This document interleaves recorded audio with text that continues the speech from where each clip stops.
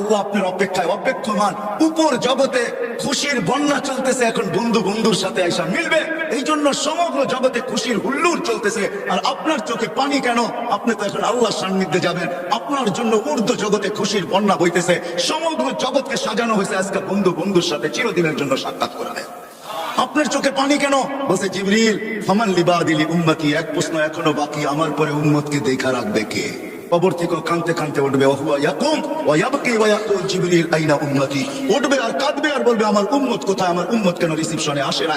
যখন মাকামে মাহমুদে নিয়ে যাওয়ার জন্য উঠানো হবে, মাকামে মাহমুদে যায় হাত রাখা বলবে বসবো না। আল্লাহ বলবেন কেন বসবেন না? বলে আমার উম্মতকে, পিপাসিত উম্মতকে আমি বসলে পানি পান করাবে তো কে করাবে?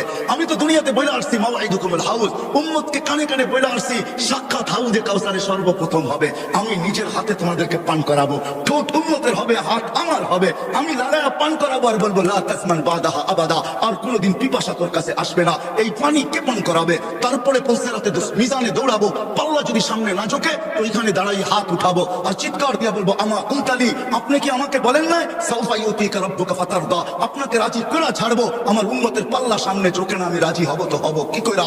এরকম ভাবে সুপারিশ করে পাল্লা সামনে ঝুঁকাবো, আবার ছুটবো পুলসিরাতে। কেউ এখানে ফাইসা গেল কিনা? যদি ফাইসা যায় থাকে তো দুরুদের গাঁটটি নিজের মাথায় করে নিব, উম্মতের মাথায় রাখবো, যেগুলো আমরা দুনিয়াতে আজকে পড়তেছি, আর দুরুদের গাঁটটি দিয়া বলবো ফা গুরু সালিমিন, যাও তুমি শান্তির সাথে পার হয়ে যাও।